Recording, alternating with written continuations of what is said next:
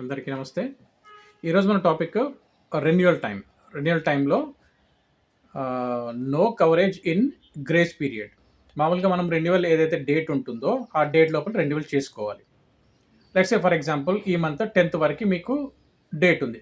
11th నుంచి 10th night 12 నుంచి మీకు ఇన్సూరెన్స్ పాలసీ అనేది ఎక్స్పైర్ అయిపోతుంది మీరు రెన్యువల్ చేసుకోకపోతే. నార్మల్‌గా అయితే అందరూ ఏం చేస్తారు, అంత లోపల అంటే 10th లోపల రెన్యువల్ చేసేస్తారు. కంటిన్యూటీ ఉంటుంది. కొంతమందికి బై ఛాన్స్ ఒక్కోసారి మర్చిపోవడమో, లేదా ఫైనాన్షియల్ కండిషన్స్ బాలేకపోవడమో, ఏదో రకంగా డేట్ అనేది ఎక్స్పైర్ అయిపోతుంది. అంటే 10th వరకి కూడా మీరు రెన్యువల్ చేసుకోరన్నమాట. దాని తర్వాత ఏం చేస్తుంది, వాళ్ళకి ఒక 1 వీక్‌లో డబ్బులొస్తాయి. అప్పుడు అంటే 10th నుంచి ఒక 17థ్‌కి డబ్బులొస్తాయి అనుకుందాం. 17th రోజు రెన్యువల్ చేసుకుంటారు. ఇప్పుడు ఏదైతే వాళ్ళకి 10th రోజు పాలసీ ఎక్స్పైర్ అయిపోయిందో అప్పటి నుండి మీకు 30 డేస్ గ్రేస్ పీరియడ్ ఉంటుంది.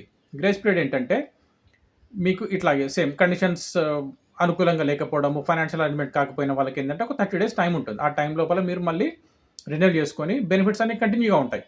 ఎక్కడ ఏం చేంజెస్ ఉంటుంది, మీ సీనియారిటీ బెనిఫిట్స్ అవన్నీ కంటిన్యూటీ ఉంటుంది. కాకపోతే ఏ రోజైతే మీకు ఎక్స్పైర్ అయిందో ఆ రోజు నుండి మళ్ళీ మీరు రెన్యువల్ చేసే వరకు మీకు కవరేజ్ అంటూ ఉండదు.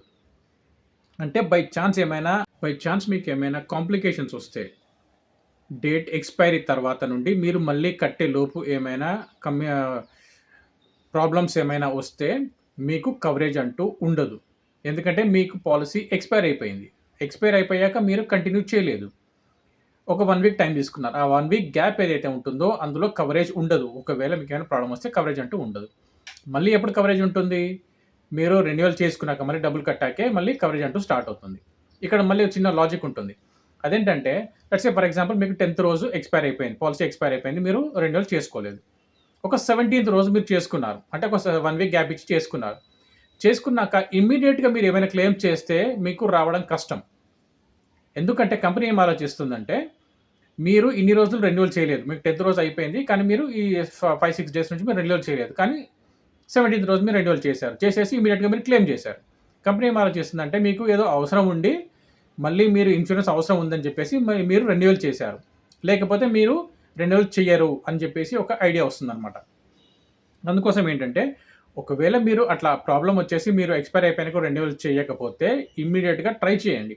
ఎక్కువ స్పాన్ ఇవ్వకుండా అయినంత తొందరగా మీరు రెన్యువల్ చేసుకోవడానికి ట్రై చేయండి.